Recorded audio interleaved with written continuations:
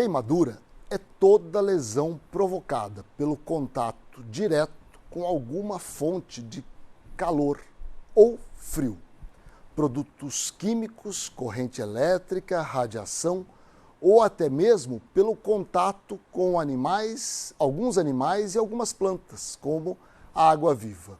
De acordo com a Sociedade Brasileira de Queimaduras, pelo menos 1 milhão de acidentes acontecem por ano no Brasil.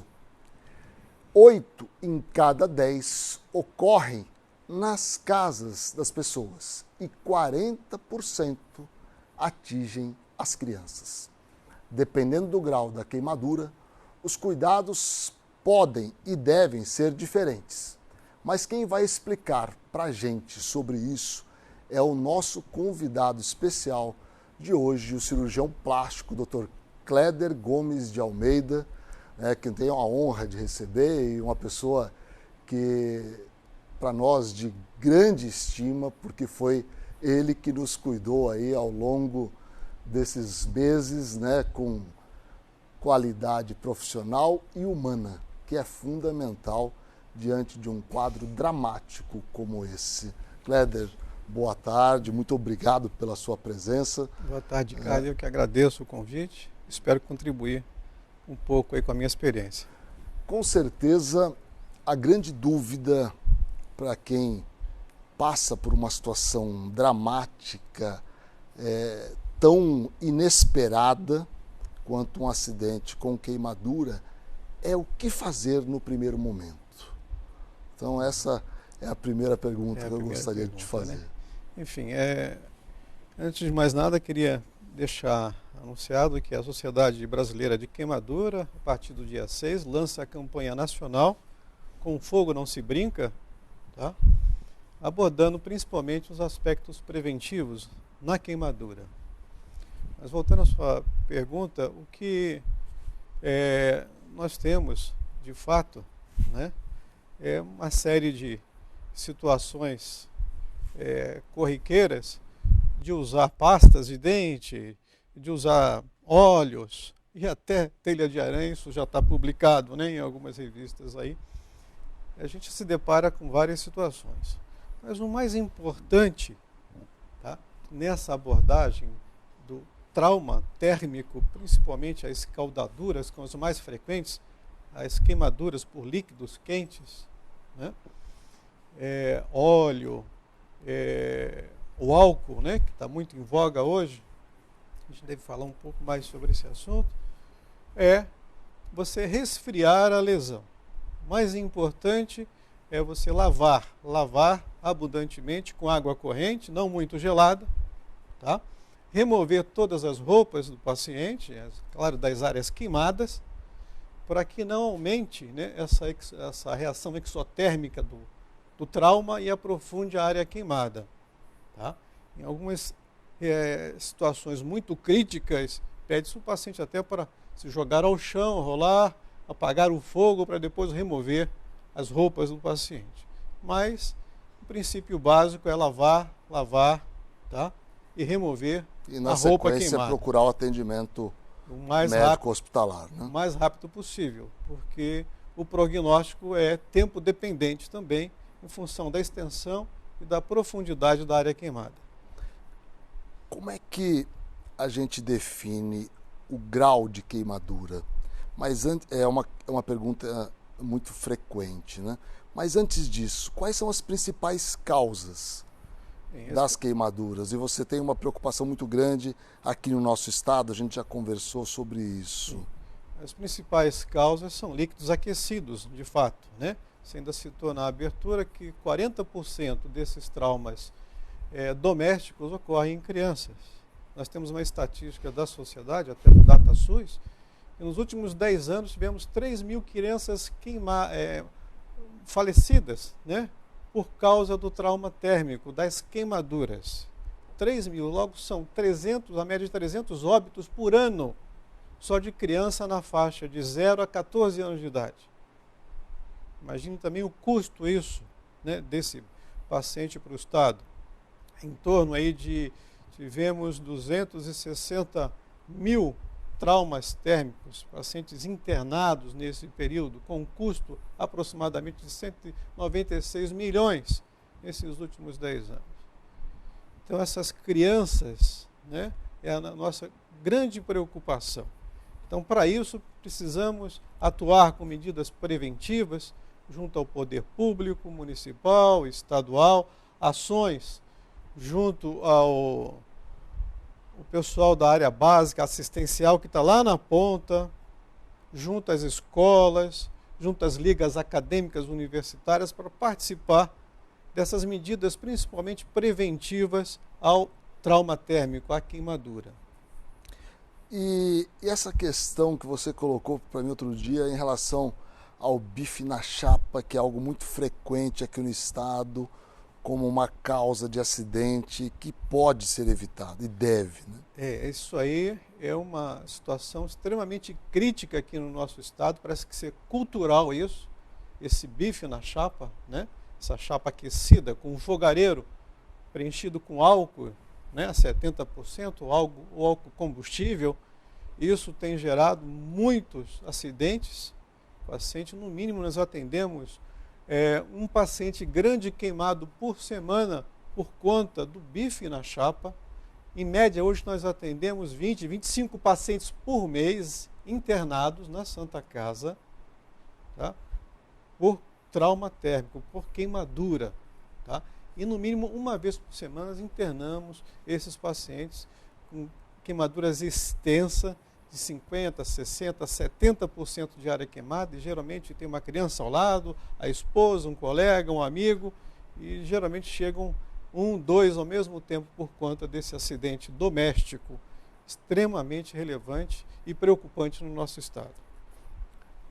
Grau de queimadura, Cléder, como é que você define? É ali na chegada ou depende de esperar alguns dias, algumas horas para definir aí a intensidade da queimadura?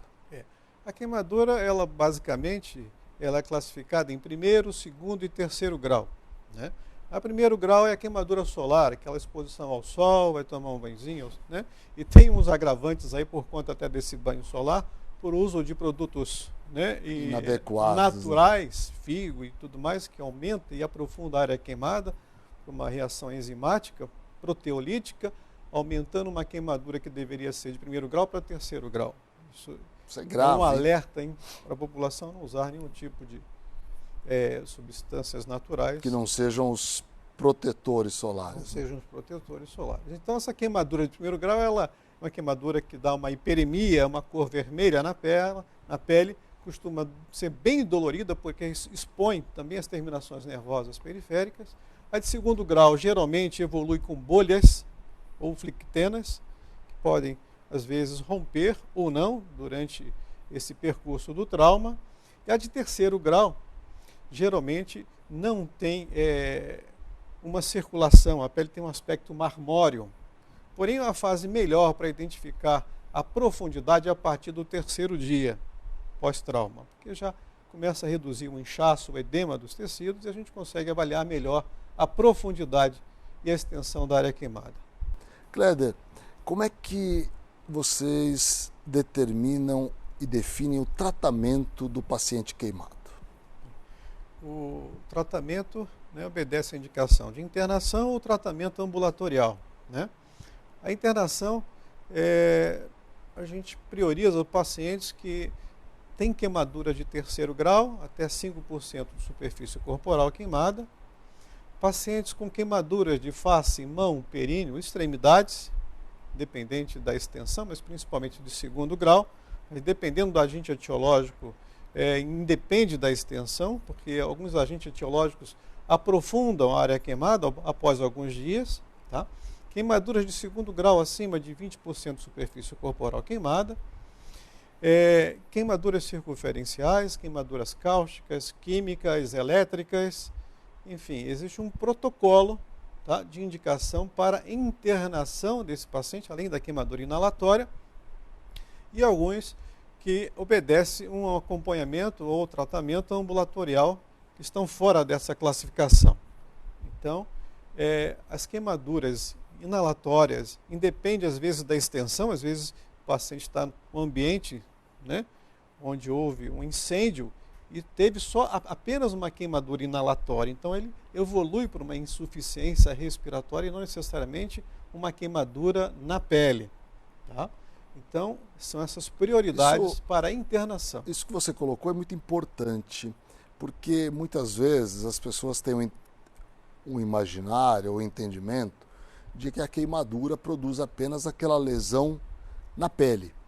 Mas existem muitas alterações no organismo todo que são provocadas pela queimadura. Você poderia falar um pouco sobre quais são as possíveis complicações de um paciente queimado, Cléder?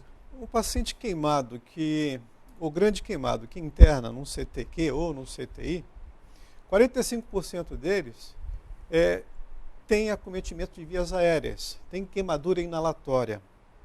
Tá? E 75% desses pacientes, grandes queimados, evoluem com infecção. Então, são pacientes extremamente graves. Nas primeiras 48, 72 horas, podem evoluir com choque hipovolêmico. Tá? E a partir daí, com complicações infecciosas.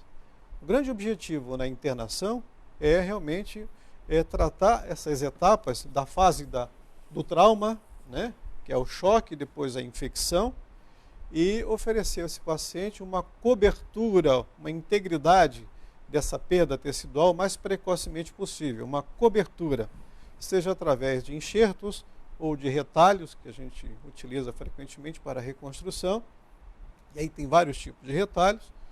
Então, o que se quer é tirar precocemente esse paciente do meio hospitalar e devolver ele ao ambiente socioeconômico, cultural dele, para que ele possa manter as suas atividades, né, profissionais e, enfim, esse retorno mais precoce. Nessa fase, então, nós temos esse objetivo. Porém, na fase tardia, esse paciente pode desenvolver algumas sequelas cicatriciais, tá, que impossibilite ele de executar alguns movimentos, né, de estender o braço, às vezes o pescoço fica preso no tórax, o cotovelo fica preso no braço, enfim. Isso leva a umas sequelas funcionais extremamente incapacitantes. E aí, dependendo da fase cicatricial e da sequela, do grau de sequela, nós aí intervimos cirurgicamente. Cléder, a importância do tratamento correto, seguindo a orientação médica, né? Porque às vezes o paciente reluta em seguir a orientação. Isso é falado, né, dito, medidas preventivas e tudo mais, porém é uma situação que a gente vê muito frequente, na queimadura de segundo grau, apesar de ser áreas muito pequenas às vezes, o paciente querer romper uma bolha ou tirar aquele líquido. A doutora ainda há pouco chamou a atenção disso, eu quero frisar que é uma situação que deve ser conduzida pelo médico, né? E o tratamento tem que ser conduzido da maneira mais imediata possível, porque o trauma térmico é um dos piores traumas que nós, né, nos deparamos, e tem que ter um acompanhamento e tratamento especializado. Para evitar as complicações. Para evitar as complicações imediatas e tardias no trauma. Como é que estão as novas tecnologias no tratamento do paciente queimado? Hoje nós temos no Brasil um estudo pioneiro, né, que já saiu da fase experimental, com pele de tilápia, ou couro de tilápia, feito com um colega nosso do Ceará, o Dr. Edmar Maciel, que inclusive já publicou 21 artigos nacionais e internacionais, já ganharam 14 prêmios, concorrendo agora o último prêmio da Eurofarma, tiveram mais de 1.600 trabalhos, foram selecionados 115, já está na sua semifinal. Então é um trabalho pioneiro do Brasil, que nos traz muito orgulho com esse biomaterial, onde a gente vê a indicação nas queimaduras de segundo grau superficial com um custo bem reduzido para a população de uma maneira geral. Parece bastante promissor, porque diminui a perda de líquido, né? Então o paciente consegue se restabelecer mais rapidamente. Esses biomateriais têm uma integridade temporária, né? Porém é mais indicado em queimaduras de segundo grau superficial, porém diminui a quantidade de curativos, melhora as comorbidades, enfim, as intercorrências no tratamento dessas queimaduras. Existem também esses curativos com nanotecnologia. Sim, essas até você usou em mim, na Melissa, durante o tratamento. É um tratamento também utilizado para queimaduras de segundo grau, porém de acesso um pouco restrito, né, mesmo nos CTQs, e com uma indicação também fantástica, da mesma forma que tem as matrizes de regeneração dérmicas para queimaduras mais profundas, que é um substituto, não um substituto temporário, mas um material de integração para a formação dérmica e depois uma enxertia de uma pele mais fina que traz um resultado estético e funcional melhor para o paciente. E hoje também temos a terapia celular, né, com células troncos, mesenquimais, oriundas de adipócitos, aumentando a revitalização dos tecidos, a granulação, o tecido cicatricial, né, e, consequentemente, melhorando essa cobertura cicatricial, porém, a nível experimental, porque a gente não consegue produzir uma grande extensão de área, né, de tecido de células tronco para cobertura ainda, mas é um trabalho bem promissor. Cléder, quem gravou um depoimento para a gente foi a Melissa. Ela fez questão, né, pelo impacto que isso teve para ela, para a família, né, para a gente, e ela quis gravar um depoimento para falar sobre o que ela viveu nesses 30 dias de internação. Boa tarde. Primeiro eu quero dizer que para mim é um prazer muito grande estar aqui falando com vocês sobre esse assunto. Queimadura para mim se tornou um assunto muito importante. Para quem não sabe, há 2 meses, meu marido, Ricardo Ayashi, e eu sofremos um acidente em casa. Estávamos usando o forno, esse forno teve uma explosão por conta de um vazamento e nós tivemos queimaduras. Por estar mais próxima do forno, tive em média de 40% do corpo queimado, fiquei internada durante 30 dias. Desses 30 dias, a maior parte deles na UTI. É um processo longo, é um processo doloroso. Então, eu tô aqui, hoje eu vim aqui para dizer para vocês que passa. Então, para você que tá passando por esse processo, para você que conhece alguém que está em tratamento de queimadura, porque até a gente sofrer esse acidente ou saber de alguém por perto que sofreu queimadura, a gente não tem ideia da quantidade de queimados que tem.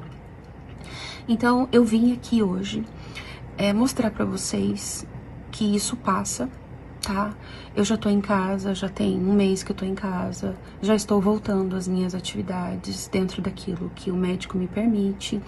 Então, para você que tá em tratamento, siga as orientações dos médicos, tenha persistência, tenha força. Eu, por vários momentos, achei que eu fosse morrer, mas graças a Deus eu tô aqui, Deus me deu mais essa chance.